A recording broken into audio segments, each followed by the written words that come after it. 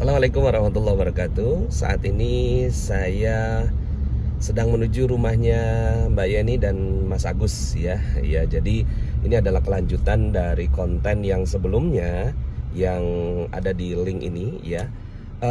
Konten yang sebelumnya kita sampaikan tentang pengalaman Mbak Yeni mengikuti training magnet rezeki, lalu kemudian akhirnya Allah Subhanahu wa taala kasih hadiah ya, aset yang nilainya cukup luar biasa ya. Dan hari ini saya akan ke rumahnya beliau. Kebetulan pas hari ini saya liburan di Jogja, jadi ke Jogja lagi setelah bulan yang lalu saya ke Jogja. Dan sekarang saya tinggalkan anak-anak di rumah sama keluarga di homestay. Rencananya kita mau pindah hotel dulu. Dan sekarang saya mau jalan dulu ke rumahnya Mbak Yeni dan Mas Agus. Yuk kita kulik lebih jauh tentang rahasia mereka mengamalkan ilmu magnet rezeki.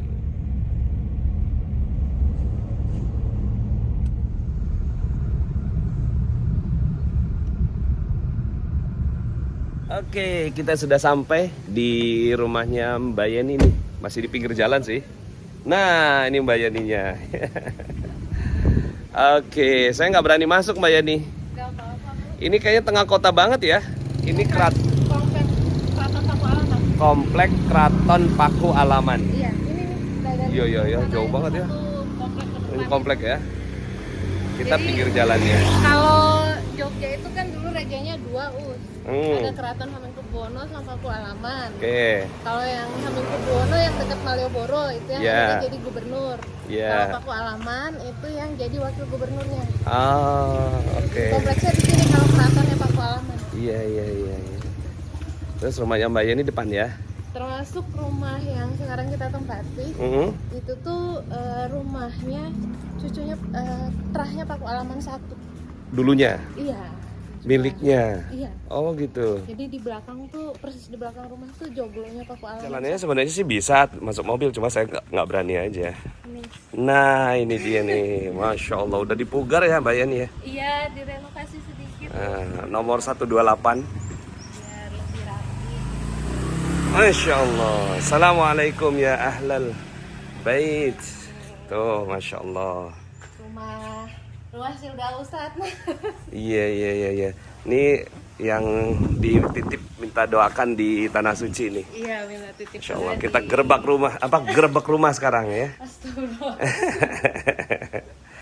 Iya. Oke, kita langsung masuk. Assalamualaikum, Masya Allah. Bagus lagi ke Indomaret. Iya. Nanti saya juga mau numpang sholat Jumat nanti di sini. Iya, siap. Nanti kita sholat Jumat di mana Mbak Yeni? Di sini di Masjid Paku Alaman. Oke, siap. Depannya Keraton Paku Alaman. Oke, kita langsung ke dalam lah ya. Nih tuh. Kalau usah disolat dapur berantakan. Iya, nggak apa-apa. Maksudnya Ini ruang ruang keluarga. keluarga. Kemarin nonton timnas di sini nih. Iya. Mas Agus sama anak. Terus, Yang mana? ini Bayu ya? Nawaf Oh Nawaf. Mas kalian sama Ustadz. Sehat Nawaf. Udah gede sekarang. Udah jadi ketua rohis Wih, ketua rohis di SMA. SMA 8. SMA 8. Iya, jadi Alhamdulillah. dari SMP IT masuk SMA negeri pokoknya bilangnya yang mau diikuti ekstrakurikulernya harus Rohis. katanya. Oh, Masya Allah. Saya dulu ketua rohis. Nah, tuh Ustadz. SMA 73. Nah, Ini musola.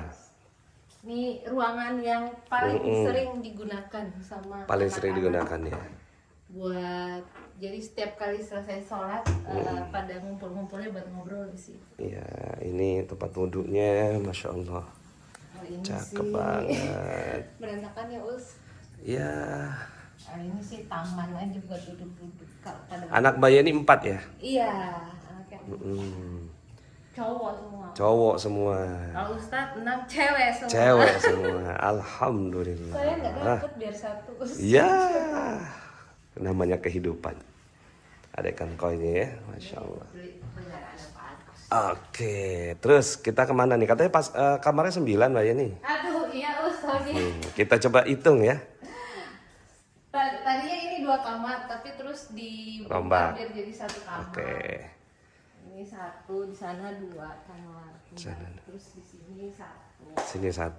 Di Ini atas dulu ya. kamar anak-anak di sini ya? Iya, kamar anak-anak, tapi ini jangan disut deh. Maksudnya ini Siap. berantakan ini soalnya jadi Oke. ruang permainnya Ibrahim ini. Oke, siap. Tempat mainnya. Us, kita nggak usah ke atas ya. Malu Us berantakan. Iya sudah. Oke, udah kebayang sih ya. Ya. Nah, ini model rumah zaman dulu nih, Iya, ada benar. Ini masih bangunan aslinya dari bangunan asli nih ya. bapaknya. Iya. Tapi memang posisinya karena dekat keraton Pakualaman ya. Iya, tengah Jadi kota. sangat tengah kota banget ya. Aduh, Us. Oke. Siap. Ini aja menjawab pertanyaan netizen. Ada pertanyaan, benar nggak tuh ya rumahnya sebegitu besar? Nah ini ya sebenarnya sih apa? Banyak rumah yang lebih besar, Us. Cuma mungkin yang menarik dari rumah ini tuh cerita untuk Cerita, mendapatkan story di baliknya. story ngedapetinnya. Ya, terus datang ke sini hanya dengan 1 beca udah selesai dengan rumah sebesar ini. Dan tujuan kita sebenarnya bukan untuk ya pamer atau apa, bukan ya, untuk menunjukkan fa amma bi ni'mati rabbika fahaddis. Maka dengan nikmat Rabbmu yang diberikan kepadamu fahaddis, ya sampaikan buat apa? Untuk jadi inspirasi bahwa ternyata ada loh cara untuk dapatkan aset rezeki dengan cara halal, dengan cara yang baik, dengan cara yang berkah gitu. Ya Mbak Yeni. Iya benar, karena memang di luar ekspektasi kita. Emang ekspektasinya apa? Ya saat itu kan saya cuma punya uang berapa sih, Us? Cuma pegang uang 200 juta. Jadi kalau secara hitung-hitungan mampunya itu paling dapat rumah tipe 36, tipe 45 lah paling mentok gitu kan, Us. Dan sebenarnya kita tuh udah setahun bolak-balik, udah ada sekitar 5 rumah yang deal tapi nggak jadi. Sampai udah pernah di DP tapi nggak jadi. Nah pas beli rumah ini, sebenarnya belum beli, waktu Mas Agus ini kan keluar dari seminarnya Ustadz, dia ngecek orang, oh ini nih properti hot deal kata dia gitu kan. Properti, taunya dari mana ya? Ini bahasanya, ini bahasa properti hot deal. Kita lihat dia gitu kan. Akhirnya kita datang ngelihat, ternyata rumah tuh udah laku pada saat kita datang itu, udah laku posisinya. Dan saya juga bilang ke Pak Agus, wah rumah segede gitu kita nggak mampu lah, uang kita cuma 200 juta loh, itu harganya aja 1,2, mau bayar dari mana? Cuma Mas Agus waktu itu bilang, Bunda suka rumah itu? Ya suka lah, itu lapang banget gitu. Terus ya kan udah diajarin teorinya di magnet rezeki, beliau bilang gitu. Jadi gimana? Ya udah jalan. Bayangkan kita tinggal di sini, minta sama Allah, entah gimana caranya, kalau misalnya memang ini rezekinya kita, mau udah laku, mau udah apa, pasti nanti ada jalannya, Allah ngasih. Beliau menyampaikan seperti itu. Terus saya tuh iseng sama pemilik rumah tuh, Mas, nanti kalau ternyata yang sudah beli ternyata nggak jadi, kabarin aja ke kita, siapa tahu kita ada rezekinya. Tak sampein gitu sama pemilik rumahnya. Ternyata 2 minggu kemudian dikabarin bener tuh, Mbak Yeni ini yang mau beli nggak jadi, Mbak Yeni mau maju nggak? Terus saya bilang sama Pak Agus, nah loh dikabarin bener nih, orangnya nggak jadi, terus gimana? Ya, maunya gimana? Dia minta DP. Ya udah dikasih DP ya. Loh, tapi kita nggak punya uang, itu harganya 1,2 M ya. Udah DP dulu, Bismillah kata Mas Agus kan. Terus kita dulu DP, harganya 1,2. Tahun berapa ya? Tahun 2011. 2011. Itu. Tapi saat 2012 itu pun kalau kita lihat appraisal bank, itu bank sudah appraisalnya itu nilainya sekitar 2,7 waktu itu. Makanya Mas Agus bilang ini hot deal banget kata Mas Agus gitu, karena dijual di bawah harga pasaran. Dan kebetulan beliau juga punya aset banyak kan, dia kayaknya nggak apa-apa hilang rumah satu ya. gitu. Masya Allah. Gitu. Akhirnya saya DP 20 juta, tapi setelah itu tuh kita bingung lagi ya. Ini 1,2 harganya, kita uang dari mana 1 miliarnya? Bismillah, kita coba ajukan KPR, tapi memang waktu itu nggak boleh pakai bank konvensional gitu. Pokoknya harus bank syariah. Tapi lagi-lagi beliau kayaknya memang lebih kuat ininya ya, lebih kuat landasan magnet rezekinya dibanding saya kan. Jadi beliau bilang, Bunda, kalau Allah sudah mentakdirkan kita itu sampai bisa deal rumahnya, kemudian di ACC sama banknya, insya Allah berarti Allah sudah siapkan rezeki buat kita untuk bayar angsurannya. Beliau menyampaikan seperti itu. Alhamdulillah sih ini udah selesai lebih awal dari yang kita perkirakan. Sudah semuanya udah selesai. Dan nilai aset rumahnya sekarang malah jadinya Mungkin sekitar sekarang 4-5 M ya, 6 M ya. Sekitar 6. Terus karena di sini tanahnya itu per meter sekitar sini sudah dihitungnya 10 juta per meter. Iya betul. Ini luas tanahnya berapa? Luas tanahnya 550. 550. Luas bangunannya 630. 630. Masya Allah. Ya, alhamdulillah. Alhamdulillah. Waktu itu kan ini ya pas lagi nyari rumah ini kan saya lagi nangis-nangis itu ceritanya, karena saya sudah deal dengan satu rumah di Jalan Kaliurang, sudah DP 20 juta, ternyata rumahnya itu nggak sesuai dengan perjanjiannya di awal. Jadi dia menyampaikannya ke kita luasnya berapa, ternyata setelah diukur ulang selisihnya banyak banget, akhirnya kan nggak jadi. Saya lagi nangis terus di kamar karena ya Allah ini kok susah banget sih dapat rumahnya, tidak mudah sekali. Saya sedang nangis di kamar, saya sambil berdoa, ya Allah masa sih sekian juta rumah yang ada di Jogja ini nggak ada satupun yang jadi jodohnya jodohnya kita gitu. Tiba-tiba BBM-nya Ustadzah masuk tuh broadcastnya. Saya lagi ada depan multazam nih, siapa yang mau didoakan gitu, silakan ketik. Saya langsung cepet-cepet ketik itu, tolong, minta tolong didoakan, segera dipertemukan dengan rumah yang jadi jodohnya kita. Dan terus setelah itu beberapa saat kemudian Ustadzah bilang, udah Mbak Yeni, udah didoakan, mudah-mudahan segera dijawab sama Allah. Ini Ibrahim nih. Iya, ini Ibrahim nih. Waduh. Siangnya ketemu tuh. Waalaikumsalam. Ini dia nih. Kok langsung ada? Iya, ini kan gerbek rumah ceritanya. Gerbek Ustaz. rumah.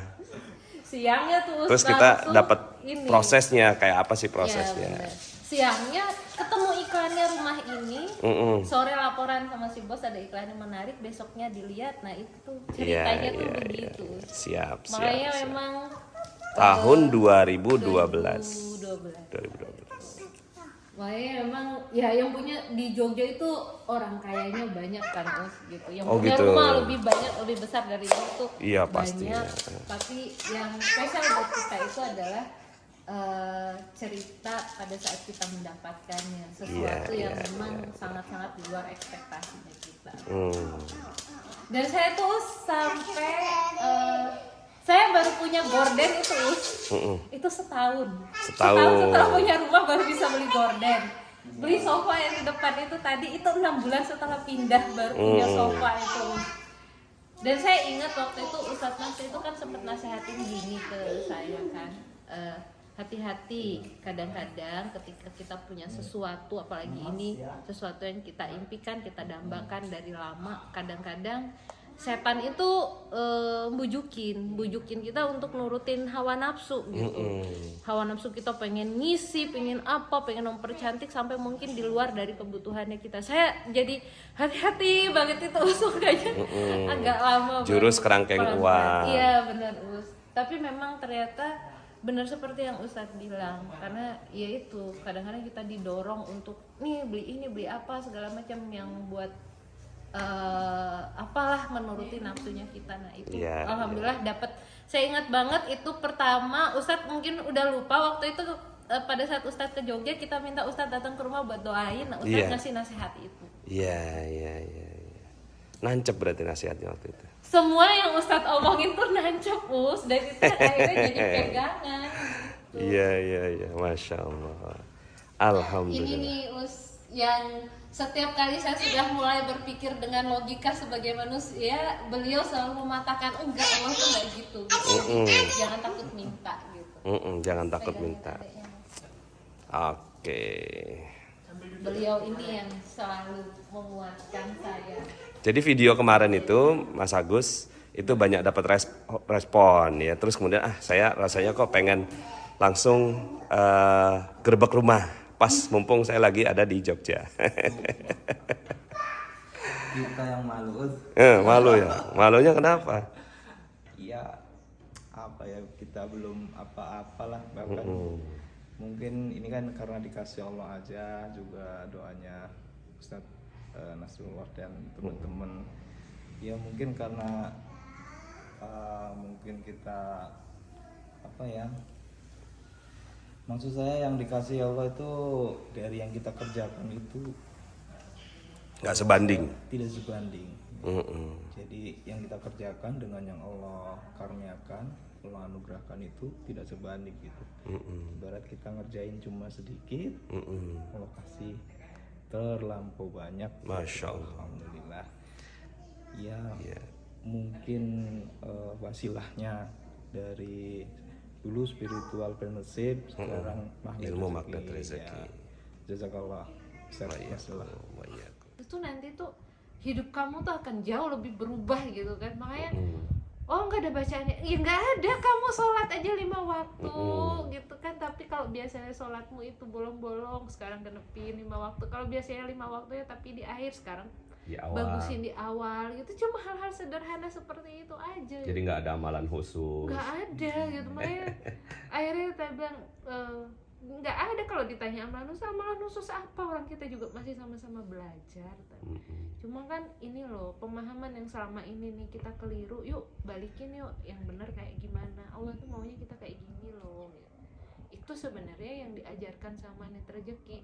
Terus ada yang nanya, dapat duitnya dari mana, Sa?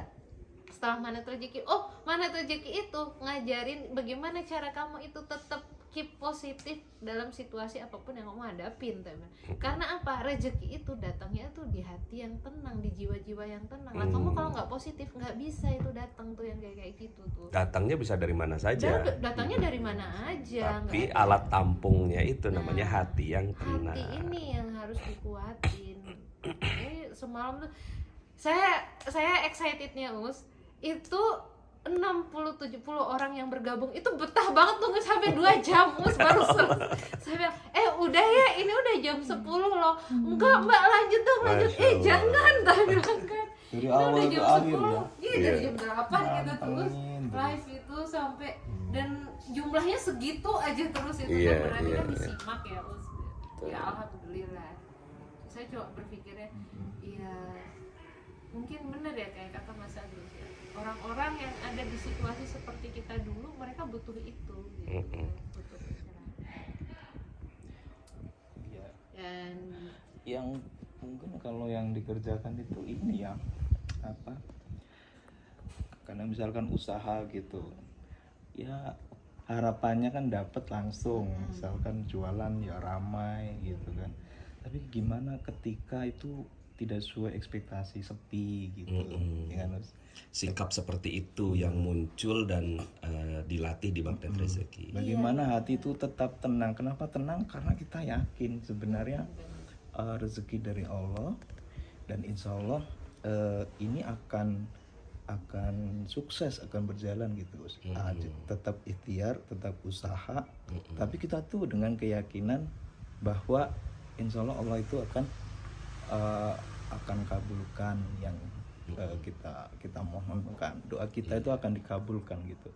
Walaupun kondisi kenyataannya itu kadang-kadang tidak sesuai ekspektasi. Nah, yang nggak sesuai ekspektasi itulah yang dilatih di Magnet Rezeki. Iya, Iya, benar. dengan tetap hati itu Tenang. gitu. Iya, iya. Tenang semalam karena ada yakin. ada yang nanya kayak gitu Us ke saya. Saya sudah jalanin Magnet Rezeki tapi kok jualan masih sepi apa segala macam. Saya bilang berarti ini masih ada yang harus dibenerin gitu. Karena Magnet Rezeki itu bukan ngajarin jualan kita biar laris, bukan. Tapi Magnet Rezeki itu mengajarkan kita untuk meletakkan pondasinya itu dengan benar. Jualan itu apa sih? Jualan itu bukan kita mau cari untung loh, bukan mau cari duit, cari untung itu hanya side effect-nya. Allah yang punya kuasa apakah dagangan kita akan laku apa enggak. Tapi kenapa kita harus jualan? Kita jualan, kita kerja, itu kan bagian dari ibadah gitu loh. Nah ini yang lagi dibenahin nih sama Magnet Rezeki gitu kan. Untuk memuliakan dan membahagiakan orang lain. Benar gitu kan. Jadi kalau seandainya jualan itu laris, alhamdulillah. Nggak laris pun nggak apa-apa, karena toh kita udah dapat pahalanya, kita sudah mengerjakan ikhtiarnya kita. Orang beli, nanya-nanyanya ke kita, belinya di tempat lain, nggak perlu ngerasa kecewa. Karena apa? Nah kan kita udah dapat pahalanya, orang nanya-nanya kita jawab, itu kan juga udah tercatat kebaikan. Nah, Magnet Rezeki itu dia ngajarinnya tuh ini, memperbaiki konsep kita yang keliru selama ini nih. Jadi ketika situasi itu pun berjalan tidak seperti yang kita mau, it's okay karena kita tahu ikhtiar kita sudah maksimal. Kita jangan dipusingkan sama ranah yang bukan wilayahnya kita. Hasil dagangan laris itu ranahnya Allah, kenapa kita pusingkan? Terserah Allah mau dikasih laku apa enggak. Tenang aja, Iya, jalan tenang aja terus. karena udahlah rencana Allah tuh yang terbaik. Itu sih yang paling saya rasain dari magnet rezeki itu, Us. Jadi kehilangan pun tapi hati tuh tetap tenang, tetap terjaga, itu loh, Us. Itu yang mahal sebenarnya menurut saya tuh, Us. Iya, Masya Allah. Siap. Kita break dulu karena mau sholat iya, Jumat. Us. Ini tahun berapa nih Mas belinya? Mazda 2 ya? Mazda berapa nih? 2 ya. Yang sini Fortuner. Oke, tadi sekarang udah sholat Jumat. Nah sekarang sedikit lagi saya mau tanyakan hal yang missing link nih dari cerita yang mungkin bagi teman-teman kok bisa ya langsung dari kondisi ngontrak ya kemudian langsung dapetin rumah yang sebesar ini ya. Sebenarnya kan nggak langsung ya Mbak Yeni, Mas Agus ya. Itu ada prosesnya juga ya. Jadi dari sebagai karyawan di Nokia, kemudian buka konter seluler, kemudian setelah itu kita bikin training ya Mbak Yeni. Nah dari training itu akhirnya Mbak Yeni kenal banyak orang, gitu ya Mbak Yeni ya. Jadi kenal banyak orang yang akhirnya dari situ peluang-peluang terbuka. Nah kan sebenarnya kan kisah-kisah tentang kenal banyak orang itu adalah kisah yang dialami oleh semua orang, tapi penyikapan kita terhadap pertemanan itu karena dilandasi dengan ilmu magnet rezeki jadi cakep, jadi beda. Nah setelah itu akhirnya Mbak Yeni dapat usaha ini sama Mas Agus gitu ya, jualan online, kemudian karyawan. Sempat karyawan berapa dulu Mbak Yeni? 7 karyawan ya. Nah 7 karyawan itu yang akhirnya dapat dapat properti yang di daerah mana tuh Mas Agus? Di Jalan Perintis. Jalan Perintis ya. Kemerdekaan. Perintis Kemerdekaan yang sekarang ini nggak mau dijual ya. Nggak dijual. Itu pertama. properti pertama ya. Itu kalau dihargai sekarang mungkin 1 M lebih ya, 1,5 M ya. Nah jadi kalau ilmu dunianya ilmu properti, ilmu online shop, tapi di sana ada ilmu dalam yang ada dalam internalnya Mbak Yeni yang sudah jauh lebih baik. Ya, kemudian Mas Agus juga jauh lebih baik gitu ya, keluarga lebih baik, dan itu akhirnya memudahkan semua peluang-peluang untuk datang sampai di titik akhirnya sudah mulai punya uang 200 juta gitu ya Mbak Yeni ya.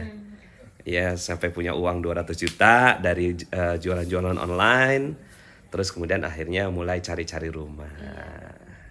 Jadi kalau yang saya rasain tuh waktu keluar dari seminarnya Ustadz itu, terus terang malah saya tuh kalau Mas Agus kan dia punya impian tuh papan visinya itu yang dia punya pengen punya aset properti sekian dan sebagainya itu. Kalau saya pribadi tuh malah ketika keluar dari magnet rezeki itu saya banyak sekali menemukan kesalahan-kesalahan yang saya lakukan setiap harinya itu kan. Kesalahan prinsip berarti ya? Kesalahan prinsip hidup apa segala macam. Jadi akhirnya ketika keluar itu saya tuh sudah saya lebih fokusnya itu ke situ gitu. Saya mau benerin yang itu. Fokus gitu. Memperbaiki diri itu. Jadi sederhananya tuh udah gimana caranya supaya saya jadi orang baik aja deh gitu. Jadi orang baik, makanya waktu ngerjain seminarnya Ustadz Nas tuh kalau Ustadz ingat pertama kali itu kan begitu pulang dari seminar saya selalu terbayang-bayang sama materi seminar itu kan. Terus saya karena waktu itu kan Ustadz sempat bagiin kartu nama tuh. Saya WA ke Ustadz kan, Ustadz tolong saya dikabari kalau misalnya seminar ini mau diadakan di Jogja. Saya mau bantu apa aja deh Us, ngangkat-ngangkat kertas pun nggak apa-apa. Yang penting saya itu dilibatin dalam seminarnya, mudah-mudahan nanti ada kecipratan pahalanya sedikit. Saya ingat waktu itu saya SMS kan seperti itu ke Ustadz Nas. Kemudian tanpa disangka-sangka WA saya yang seperti itu tuh BBM saya yang seperti itu ke Ustadz Nas, itu Ustadz Nas malah balasnya ya udah yuk Mbak Yeni aja yang ngerjain gitu kan waktu itu. Terus saya bilang, loh Untuk Ustadz, IGM-an. saya nggak punya pengalaman untuk nyelenggarain seminar, saya mau ngerjainnya, tapi saya harus mulai dari mana gitu. Waktu itu Ustadz Mas tuh yang ngarahin, Mbak Yeni, ini uangnya saya kirimkan, yang dikerjain pertama tuh ini Mbak Yeni cari tempat apa segala macam. Jadi memang saya nggak punya pengalaman di IO, cuma saya waktu itu hanya berangkatnya itu dengan niatan begini aja, ya Allah, saya saja terselamatkan hidupnya dari dengan ilmu ini gitu kan. Kalau ada orang lain yang mungkin terbantu seperti saat kemarin, mudah-mudahan saya kebagian pahalanya. Gitu aja waktu itu niatnya kan. Makanya nggak ngerti iklan dan sebagainya waktu ngadain seminar itu kan. Dulu juga Pokoknya iklannya belum online itu, belum masih online, belum masih pakai Saya- koran ya. Iya, saya bahkan mencari orang yang untuk hadir di seminar itu. Saya teleponin satu-satu itu, semua orang yang ada di kontak handphone saya itu saya teleponin satu-satu, saya WA satu-satu, ayo dong ikut ini seminar bagus, saya ngerasainnya kayak begini, kalau kamu nggak bisa ngerasa manfaatnya seperti yang saya rasain kemarin, aku balikin deh uangnya kamu besok, tapi kamu jaminan coba dulu. uang kembali. Iya, sampai satu seperti itu Us. Nah waktu seminar yang pertama saya ingat banget Ustadz itu targetin saya tuh pesertanya 200. Dan ternyata di luar dari yang diperkirakan pesertanya itu membludak sampai hampir 500 waktu itu. Yang akhirnya tadinya seminar kita tuh maunya cuma diselenggarakan 1 hari, karena tempatnya kita sudah booking tempat yang cuma kapasitasnya buat 250 orang. Tapi akhirnya kita jadi harus mengadakan 2 sesi. 2 hari karena yang daftar sampai 500 orang. Waktu itu di Karita ya. Square itu. Jadi memang misalnya dibilang, oh ini cari untung di seminar, enggak, karena benar-benar Ustadz ini nih kemarin uang yang Ustadz titipin sekian, yang terpakai sekian, ini sisanya gitu. Karena memang saya tuh udah nggak mikirnya tuh itu, ngelihat orang lain bahagia sama bahagia seperti saya yang keluar dari seminar tuh, itu udah, ya Allah mudah-mudahan ada jejak kebaikan di situ, ada jejak kebaikan di situ, itu saja yang dipikirkan gitu.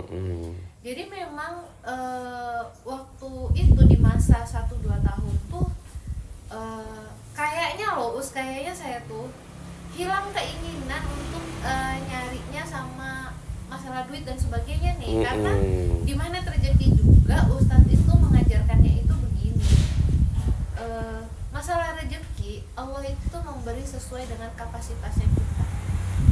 Baratnya tuh kalau kita masih wadahnya itu masih jadi gelas, Allah nggak akan beri kita seember gitu. Betul. Karena nanti kasihan kitanya juga tidak kuat menampungnya. Jadi waktu itu saya hanya berpikir, udahlah, masalah rezeki Allah lebih tahu saya itu pantasnya diganjar berapa. Yang penting gimana caranya ini nih, dosa-dosa yang dulu saya kerjain jangan lagi gitu kan. Hal-hal yang salah yang tadinya saya tidak mengerti jangan lagi dikerjain. Niatnya tuh cuma itu aja. Dan terus terang rezeki yang terbesar buat saya saat itu saat saya didekatkan dengan orang-orang baik. Ustaz, gimana rezeki dibilangin kan, energi yang positif akan mengundang yang positif juga. Dan saya ngerasa orang-orang yang tertarik di lingkungan saya ketika itu tuh adalah orang-orang yang luar biasa baiknya, yang dari mereka saya yang benar-benar awam sama masalah agama, nggak ngerti apa segala macam, banyak salahnya, itu akhirnya saya bisa jadi banyak belajar banget luar biasa ke mereka itu kan. Oh ternyata kayak gini, orang baik itu harus seperti ini dan sebagainya. Jadi memperbaiki diri menjadi orang yang lebih baik. Iya bener.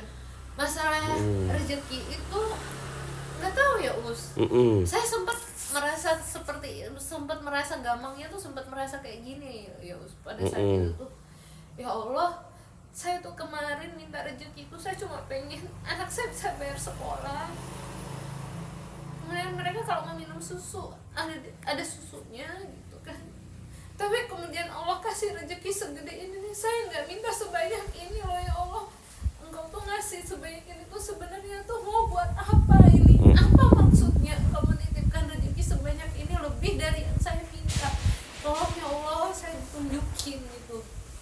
Apa sih yang maksudmu tuh Allah sampai ngasihnya itu kayak begini? Saya nggak minta sebanyak ini loh. Saya cuma minta biar anak-anak saya kalau mau minum susu mereka bisa minum susu. Saya nggak harus ngutang lagi uang bayaran sekolahnya anak-anak. Cuma sesederhana itu aja gitu kan. Tapi ternyata Allah ngasih lebih dari yang saya minta itu. Itu saya sempat gampang tuh, bingung sekali ketika menerima ini kenapa banyak banget dan sebagainya. Cuma Mas Agus bilang Bismillah, kita ikuti aja dulu sama alurnya gitu kan. Sedekah, warin, zakat atau segala macam dikeluarin, nanti pasti di belakang hari Allah kasih lihat gitu loh maksudnya tuh apa. Jadi sebenarnya untuk punya sebanyak seperti yang sekarang itu tuh di luar yang saya minta sebenarnya. Cuma maksudnya gini ya, temen-temen tuh nggak usah khawatir, saya tuh bisa punya apa sih, pengen punya ini bisa nggak ya, apa segala macam. Ketika kita menurut Allah itu sudah pantas untuk menerima titipannya Allah ini, Allah pasti ngasih kok. Allah pasti ngasih. Gitu. Yang harus kita khawatirkan itu diri kita sendiri. Apakah kapasitas saya memang sudah pantas untuk dititipi sekian? Gitu. Karena kalau wadah kita sudah besar, memang kita sudah menurut Allah itu sudah wajar untuk diberi segitu, pasti dikasih, tanpa diminta pun pasti Allah kasih. Ya. Kalau misalnya sekarang mungkin ada yang merasa kok aku belum dikasih seperti yang aku mau, yuk fokus ke diri kita sendiri dulu. Mungkin kapasitas kita belum sebesar itu. Mungkin kalau Allah titipkan sebesar itu akan lebih banyak mudaratnya buat kita. Bisa jadi sikap kita mungkin belum siap, apa segala macam. Allah itu lebih tahu. Allah lebih tahu yang terbaik buat kita. Itu saja. Yang penting percaya saja bahwa segala apapun yang terjadi dalam hidup kita itu pasti rencana yang terbaik yang sudah Allah tetapin buat kita. Ikuti saja alurnya, bersabar saja. Saya akhirnya punya yang 200 juta itu kan ketika saya ngurusin seminarnya Ustadz Nas itu ini memang emang nggak mikir buat cari untung atau cari duit ya dari seminar tuh Ustadz. Nggak mau, bukan itu tujuannya, memang nyarinya yuk ini ilmu berarti bagus. Hitung tulisan saya, mohon maaf saya ralat sedikit ya. Karena itu common sense ya, kita bikin training kemudian berbagi keuntungan. Nah setelah itu kalau seandainya Mbak Yeni digunakannya untuk macam-macam ya. Nah maksud saya tuh gini ketika berbagi keuntungan dan sebagainya, saya tidak pernah berharap-harap, bermimpi-mimpi nanti saya dapatnya sekian. Tapi Ustadz itu selalu memberi lebih dari yang saya butuhin. Mbak Yani ini buat Mbak Yani sekian gitu, dan saya anggap ya udah itu rezeki saya. Allah lebih tahu lah kita itu mau dapat. Tapi tujuan utamanya itu bukan itu. Saya berpikir cara saya berterima kasih terhadap apa yang sudah magnet rezeki lakukan atas hidup saya ini adalah dengan bagaimana saya menyebarkan ilmu ini lebih banyak ke orang lain. Itu aja. Itu cara saya bersyukur, berterima kasih sama magnet rezeki gitu kan. Nah kemudian cuma ternyata menurut saya nih ya, Allah itu mengganjarnya itu dari jalan lain. Jualan online yang tadinya itu hanya buat iseng-iseng, hanya supaya biar Facebook itu nggak monoton, isinya cuma mengabarkan kegiatan dan sebagainya, ternyata Allah datangkan dari situ rezeki. Iya. Karyawan, orang banyak mengeluh orang banyak mengeluh cari karyawan yang loyal itu kayak gimana.